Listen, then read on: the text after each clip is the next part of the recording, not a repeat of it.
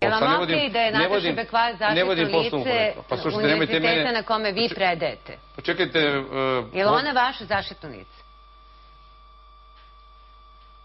Ja stvarno ne znam šta vi očekujete večeras od mene. Da li vam to se sviđa ta ideja da je zaštitno lice vašeg fakulteta Nataša Bekvalac?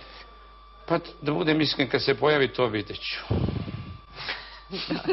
Pa ne, ja ne znam šta vi, ja ne znam stvarno, Olja...